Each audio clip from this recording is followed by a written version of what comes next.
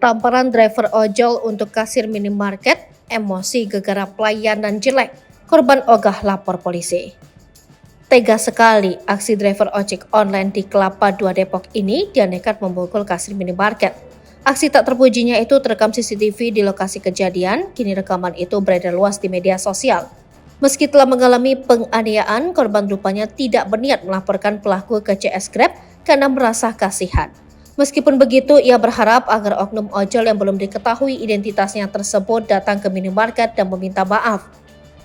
Dilansir dari unggahan video di akun Instagram infodepok.id, driver ojol tampak memukul korban saat dini hari.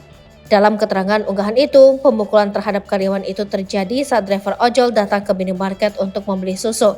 Saat itu karyawan laki-laki tersebut tengah beristirahat di depan minimarket. Driver ojol itu kemudian keluar dari minimarket dan mendatangi karyawan yang tengah beristirahat tersebut. Namun saat itu driver ojol tersebut berbicara dengan tidak jelas hingga kemudian ia memutuskan untuk pergi meninggalkan minimarket itu.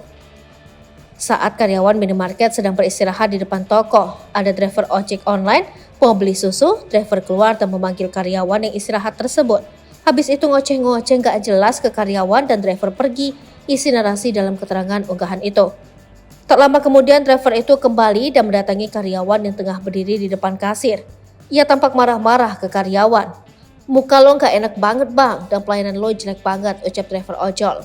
Tak selang beberapa lama, pelaku kemudian menampar wajah korban. Tak hanya itu, saat hendak keluar dari meja kasir, korban ditahan oleh pelaku hingga akhirnya terjadi adu jotos di antara mereka. Setelah dipisahkan oleh beberapa yang ada di lokasi, driver ojol itu kemudian mengancam karyawan tersebut sebelum meninggalkan lokasi. Kini video pemukulan terhadap karyawan minimarket itu viral di media sosial. Korban berharap pelaku akan datang meminta maaf kepadanya. Unggahan itu kini ramai oleh komentar-komentar warganet.